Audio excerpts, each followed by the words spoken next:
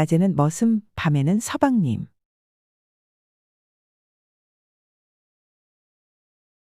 어머님, 다녀오겠습니다. 그래, 잘 다녀오너라. 일찍 지아비를 잃었으니 얼마나 애틋하겠느냐? 가서 우리 아들 만나거든 못다 한 이야기 많이 하려무나. 혼인한 지 한 달 만에 청상과부가 된 채령은 지아비의 위패가 있는 보령사로 향했다. 마을을 벗어나 보령사 산길 초입에 다다랐을 때 가마를 더 이상 타고 오를 수 없음을 깨달은 채령은 몸종과 함께 걸어서 골짜기를 올랐다. 한참을 걷자 산새가 지저귀고 계곡물 소리가 들렸다. 큰 나무 위에 앉은 두 마리 새가 정답게 머리를 비비는 모습을 보며 채령은 한숨을 쉬었다. 한날 미물도 저렇듯 정답게 사랑을 나누는데 내 신세가 더 처량하게 느껴지는구나. 그 순간 뒤에서 날카로운 목소리가 들려왔다. 채령이 돌아서자 칼을 든 무례배가 몸종을 위협하고 있었다. 무슨 짓이냐? 얼른 그 아이를 풀어주거라. 내가 누군지 아느냐? 나는 이 나라 영의정이신 김대충 대감의 맏며느리 채령이다. 목숨이 아깝거든 썩 물러나거라. 무례배는 채령의 말이 우습다는 듯 단칼에 몸종을 죽이고 다가왔다. 채령은 두려움에 뒷걸음을 쳤다. 잘 듣거라. 너는 지아비를 못 잊어 스스로 자결하는 것이다. 고결한 정절을 지킨 너는 열려로 이름이 날 것이니 억울해하지 말거라. 지아비를 따라 죽는 것은 아녀자의 도리이니 곧 그리운 지아비를 만나 회포를 풀거라 라고 전하라 하시었소. 그럼 잘 가시오. 그 말을 남기고 칼을 휘두르는 무례배를 보며 채령은 비명도 지르지 못한 채 계곡 아래로 굴러떨어졌다. 잠시 후 마님, 처리하였습니다. 지아비를 못 잊어 슬퍼하시다 스스로 계곡에서 자결하셨습니다. 그래, 수고하였네. 그 시각 대성은 땀을 뻘뻘 흘리며 나무를 베고 있었다. 대성은 한숨을 쉬며 그루터기에 털썩 주저앉았다. 며칠 전 막새가 한 마리 떠올라 일을 할 수가 없었다. 자네, 이게 무슨 일인가? 정신 좀 차려보게. 글쎄, 갓난이가 딴 놈한테 시집 갔네. 나 같은 머슴하고는 같이 살 수 없다고 하네. 걱정하지 말게나. 더 좋은 인연이 나타나겠지. 아니세, 이번 생은 다 틀렸네. 정남이도 순돌이 아재도 버림받았네. 우리같이 없는 놈들은 이제 장가는 다 갔네. 버림받은 여인을 주워오면 또 모를까? 잠시 생각에 잠겼던 대성은 나무를 한 짐 가득 집어지고 산길을 내려갔다. 그때 계곡 쪽에서 사람 소리가 들렸다. 대성은 지게를 내려놓고 서둘러 그곳으로 갔다. 그곳에 도착한 대성은 깜짝 놀랐다. 어떤 여인이 길게 뻗은 나뭇가지를 붙들고 간신히 매달려 있었다. 이보시오. 괜찮소? 좀 도와주시오. 어쩌다 그러되었소? 무례배를 만나 도망치다 계곡에 빠졌소. 살려준다면 내 무엇이든 이 은혜를 갚겠소. 그때 대성의 머릿속에 막새가 한 마리 떠올랐다. 대성은 채령을 바라보며 말했다. 그럼 나랑 혼인해 주시오. 그러면 구해 주겠소. 채령은 곧 물에 빠져 죽을 것만 같아 무섭고 두려워 살고 보자는 생각에 허투루 약조했다. 좋소. 날 살려준다면 그대와 혼인하겠소. 채령의 말이 끝나자마자 대성은 물속으로 뛰어들었다. 얼마 지나지 않아 사내는 채령을 꼭 끌어안고 물 밖으로 나왔다. 채령은 대성의 얼굴을 마주보다 갑자기 얼굴이 불굴에 달아올랐다. 대성의 우람한 가슴 근육이 그대로 돋보이니 부끄러워 고개를 돌렸다. 대성도 얼굴이 불굴에 달아올랐다. 채령의 가슴이 젖은 옷 사이로 그대로 보였기 때문이었다. 당신을 구했으니 그 약조는 잊지 마시오. 알겠소. 내 사정이 있어 그러니 보름 후에 그대를 찾아가겠소. 대성은 집에 와서 툇마루에 털썩 드러누웠다. 낮에 보았던 그 여인의 모습이 눈에서 떠나지 않았다. 그 여인과 곧 혼인한다는 생각에 하루빨리 보름이 지나가길 기다렸다. 하지만 보름이 지나도 그 여인은 대성을 찾아오지 않았다. 그 여인이 어디에 사는지 물어보지 못한 것이 아니었다. 대성은 바보 같은 자신을 탓하며 몇 날 며칠을 찾아다녔지만 끝내 찾지 못했다. 그러던 어느 날 낯선 막새가 일거리를 소개해 주었다. 내가 가기로 한 집인데 어머니가 아프시니 자네가 대신 가주게. 그 댁에 마님 혼자 사시니 간섭하는 자도 없을 걸세. 몸이 고달프다 보면 그 여인도 금방 잊게 될 걸세. 알았네. 걱정하지 말게. 대성은 고개를 몇 개 넘어 막새가 말한 집 안으로 들어갔다. 오늘부터 일하기로 한 대성입니다. 오느라 고생했네. 자네가 할 일은 내일 알려주겠네. 먼 길 왔으니 오늘은 푹 쉬게. 대성은 행랑채로 안내되어 다른 노비와 함께 잠을 잤다. 다음 날 대성은 산으로 가 나무를 했고 마님의 아궁이에 불을 지폈다. 아궁이에 불이 세지자 방 안에 있던 마님이 더위를 참지 못하고 윗옷을 훌렁 벗었다. 마님은 문을 살짝 열어 시원한 바람을 맞으며 책을 읽었다. 그때 갑자기 불어온 바람에 문이 활짝 열렸다. 화들짝 놀란 마님은 서둘러 문을 닫았다. 얼떨결에 그 집 마님 얼굴을 본 대성은 깜짝 놀랐다. 자신과 혼인하기로 약조했던 바로 그 여인이었다. 대성은 반갑고 화난 마음에 뛰어들어가 따지려다 꼭 참았다. 머슴이 마님 방에 함부로 들어갈 수는 없는 일이었다. 대성은 밤이 되기만을 기다렸다. 모두 잠든 사이 행랑채를 몰래 빠져나온 대성은 마님의 처소로 들어갔다. 인기척 소리에 깜짝 놀란 마님이 소리를 질렀다. 밖에 아무도 없느냐? 채령이 소리를 지르자 대성이 채령의 입을 막았다. 어깨가 떡 벌어진 사내 가슴이 채령의 가슴에 닿자 채령이 깜짝 놀라 대성의 손을 뿌리쳤다. 너는 누구냐? 원하는 것이 무엇이더냐? 나는 대성이라 하오. 몇 달 전 계곡에서 한 여인을 구해주고 혼인을 약조받았소. 그런데 그 여인이 도망을 쳤소. 그것이 내가 여기 있는 이유요. 채령은 그제야 그때 했던 약조가 떠올랐다. 내가 한 약조인이 지켜야겠지요. 하지만 양반과 머슴이 혼인하는 것을 어찌 세상에 밝힐 수 있겠소. 그때는 급하여 허투루 약조한 것이니 내 미안하게 되었소. 한 번 약조한 것은 미룰 수 없소. 계속 약조를 지키지 않으니 별 수 없지요. 그 계곡에 다시 빠뜨릴 수밖에요. 채령은 당황하여 며칠 후 혼인하겠다고 약조했다. 그리고 한 가지 조건이 붙었다. 낮에는 머슴, 밤에는 채령의 서방님이 되는 것이었다. 며칠 후 밤이 되자 대성은 채령의 방으로 들어갔다. 채령 앞에 놓인 합한주를 나눠 마시고 부부의 연을 맺었다. 오랜 세월 청상과부로 지내던 채령은 가슴에 사내의 따뜻한 살결이 와닿자 마음이 설레었다. 채령과 대성은 마치 구름 위를 나르듯 짜릿하고 황홀한 시간을 가졌다. 둘의 뜨거운 열기는 식을 줄 모르고 새벽 내내 불타올랐다. 아침 쳤딱 우는 소리가 들리자 그제야 대성은 몰래 방에서 빠져나왔다. 아침이 되자 대성은 싱글벙글 웃으며 즐겁게 일했다. 첫날 밤의 즐거움이 계속 생각나자 얼굴이 붉게 달아올랐다. 그때 채령이 외출 준비를 하고 나왔다. 대성은 불그레한 얼굴을 감추느라 채령의 얼굴을 마주 보지 못했다. 저작거리 다녀와야 하니 따라 나서거라. 상단 행수를 만나 일을 마무리하고 올 터이니 채돌아범은 기다리지 말게. 대성은 채령을 따라 나섰다. 서방님, 지금부터 단둘이 있을 때 서방님이라 부르겠소. 채령이 대성을 바라보더니 얼굴이 발갛게 달아올랐다. 고맙소. 아씨께서 약속을 지켜주셨으니 지금부터 소인이 아씨를 지켜드릴 것이오. 채령은 해룡 상단으로 갔다. 채령 아씨가 상단의 행수를 만나는 동안 대성은 작은 방에서 기다렸다. 이보시오. 마님께서 여기서 기다리라 하셨소. 애랑은 밥상을 들고 들어왔다. 늠름하게 생긴 대성 옆에 자리하고 앉더니 대성에게 추파를 던지기 시작했다. 고맙소. 나에겐 처가 있으니 애먼 짓은 그만두시구려. 대성이 유혹에 넘어오지 않자 자존심이 상한 애랑은 입을 삐죽거리며 밖으로 나갔다.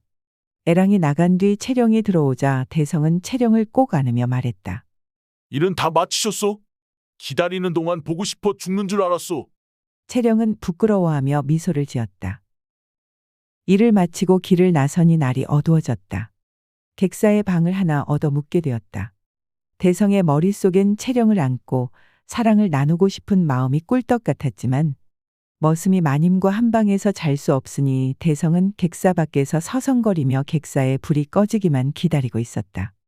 밤이 깊어지자 객사의 불이 하나씩 꺼졌다. 그때 낯선 사내가 채령의 침소로 들어가는 것을 보았다. 젖었다. 물의 배가 달려들어 채령을 죽이려고 했다. 그 순간 방문이 휙 열리고 대성이 뛰어들어왔다.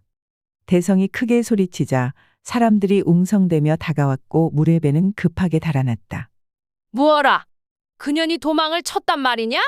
지아비를 잡아먹은 죄를 목숨으로 갚을 기회를 주었건만 참으로 목숨이 끈질긴 년이로구나. 게다가 반상의 법도를 어기고 종놈과 놀아나다니. 우리 집안의 명예를 짓밟고도 살성 싶으냐? 다음번에도 실패하면 내 놈의 목이 먼저 달아날 줄 알거라. 예, 마님. 채령은 계곡에서 대성의 도움으로 목숨을 구한 뒤 혼인 전부터 집안에서 알고 지내던 상단 행수에게 도움을 청하였다. 채령의 사정을 들은 행수는 거처할 집을 알아봐 주었고 채령은 이름을 숨기고 살고 있었다. 며칠 전 채령이 저작거리를 거닐 때 영의정 안방마님의 몸종 끝순이가 채령을 알아보고 마님에게 그 사실을 알렸다. 채령이 죽지 않은 것을 안영의정 안방마님이 물의 배를 붙인 것이었다. 대성은 채령을 지키기 위해 자기가 살던 마을로 데려갔다. 신분을 속인 채 대성과 같이 살게 되었다. 대성이 색시를 데려왔다는 소문이 퍼지자 동네 사내들이 모두가 부러워했다. 대성은 낮이나 밤이나 색시와 함께 있으니 꿈만 같았다. 채령 또한 낭군의 사랑을 받으니 행복했다. 어느 날 대성은 채령과 함께 저작거리를 걷고 있었다. 그때 지나치던 김진사와 부딪혔다. 대성은 넙죽 엎드려 사죄하였다. 김진사는 그 마을에서 여색을 심히 밝히는 심보가 고약한 인물이었다. 화가 난 김진사가 대성을 발길질하려다 채령의 얼굴을 보더니 돌변하였다. 괜찮은가? 일어나게. 김진사는 대성의 손을 잡고 일으켜 주었다. 대성은 아무 탈 없이 해결되었다고 생각했다. 자네는 대성이 아닌가? 소문대로 자네 부인은 절세미인일세. 참으로 아름답구나. 집에 도착한 김진사는 배가 아팠다. 채령을 첩으로 들일 계략을 꾸몄다. 꾀를 낸 김진사는 사람을 보내어 대성에게 일을 부탁했다. 이보게, 자네가 좋은 나무를 알아보는 눈을 지녔다던데 맞는가? 그렇소. 나무라면 내가 전문가요. 일한 값은 후하게 쳐줄 테니 500년 된 오동나무를 구해주게. 진짜인지만 확인해주면 되네. 대성은 마음이 내키지 않았지만 마을 유지인 김진사의 말을 무시할 처지도 못 되었다. 임자, 밤새 달려서라도 내일까지는 꼭 돌아올 테니 문단속 잘하고 계시오. 서방님, 부디 몸조심하시오. 대성은 채령을 홀로 두고 떠나려니 발길이 떨어지지 않았다. 대성은 그날 밤길을 떠났다. 백리를 가야 했다. 밤이 깊어지자 채령의 방에도 불이 꺼졌다. 살인문이 열리고 어둠 속에서 한 사내가 방 안으로 들어갔다. 그 사내는 말없이 뒤에서 채령을 안았다. 사내의 손길이 옷깃을 파고들자 채령은 선잠에서 깨어났다. 어쩐 일이시오? 길을 가다 내가 생각나서 그냥 돌아온 것이오. 그 사내는 말없이 채령을 덮쳤다. 격정적인 사랑을 나눈 그 사내는 채령을 내려보며 말했다. 어땠느냐? 너도 즐거웠느냐? 좋은 밤을 함께 나눴으니 넌 이제 내 것이니라. 채령은 그 사내의 얼굴을 보고 깜짝 놀랐다. 저작거리에서 음흉한 눈길로 바라보았던 김진사였다. 어찌 이리 간악할 수가 있단 말이오. 남의 여인을 겁탈하고도 죄 없다 생각하시는 게요. 죄라 하였느냐? 재밌는 이야기를 들려줌세. 노름판에서 빚진 무렵의 한 놈이 그러더군. 어느 대감댁 맏며느리가 머슴과 도망을 쳤는데 그들을 찾고 있다더군. 세상이 알게 되면 둘 다 무사하지 못하겠지. 다행히 그 일은 나밖에 모르니 얼마나 다행인가. 채령은 한마디도 하지 못한 채 눈물만 흘렀다. 며칠 후 김진사는 대성을 불러 술을 대접했다. 고맙네. 자네 덕에 아주 좋은 것을 얻었네. 내 욕심 나는 것을 얻었으니 다 자네 덕일세. 진사님, 오동나무가 그리도 귀한 것이었습니까? 오동나무라. 귀하고 말고 임금님께 검은고를 만들어 진상하였더니 어주를 내리셨다네. 자, 한잔하게나. 대성은 김진사의 친절에 넙죽절하고 술을 받아 마셨다. 다음 주에 진상할 진상품도 자네의 안목이 필요하니 꼭 도와주게. 며칠 후 대성은 진상품인 산삼을 구하기 위해 집을 나섰다. 이보게 그 소문 들었는가? 무슨 소문 말이오? 김진사가 내일 또 첩을 드린다는군. 첩을 셋이나 두고도 그것이 부족하다니 사내 중에 사내 아닌가? 우리끼리 하는 말이지만 천하의 잡놈일세.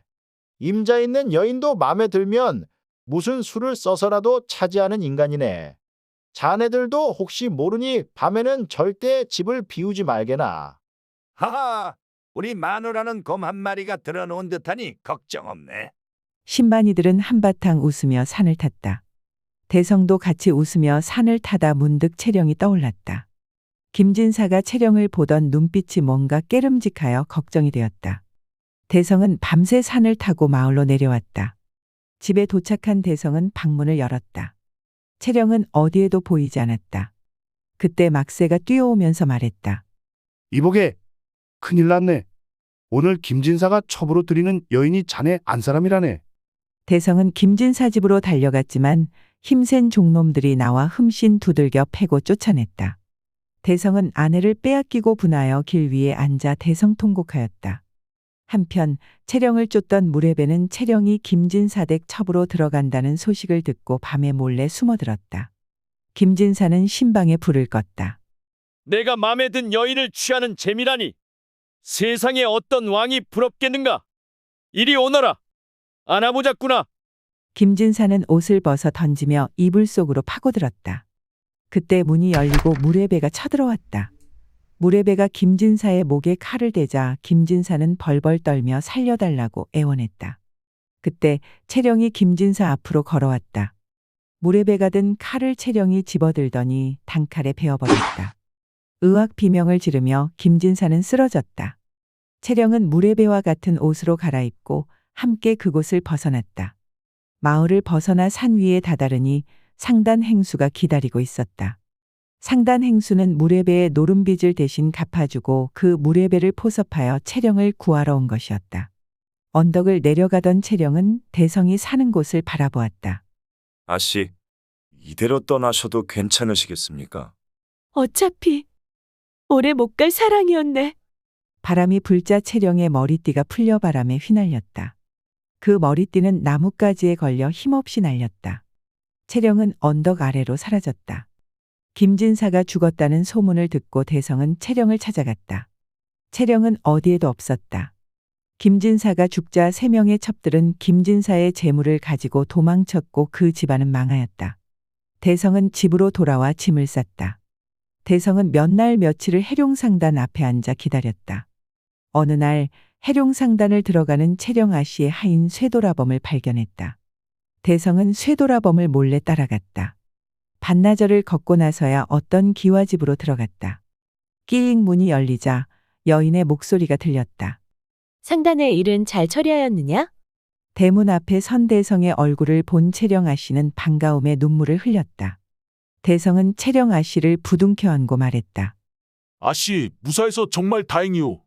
보고 싶었소. 나도 그리웠소. 대성과 채령은 낮에는 머슴, 밤에는 서방님으로 지내며 행복하게 잘 살았다.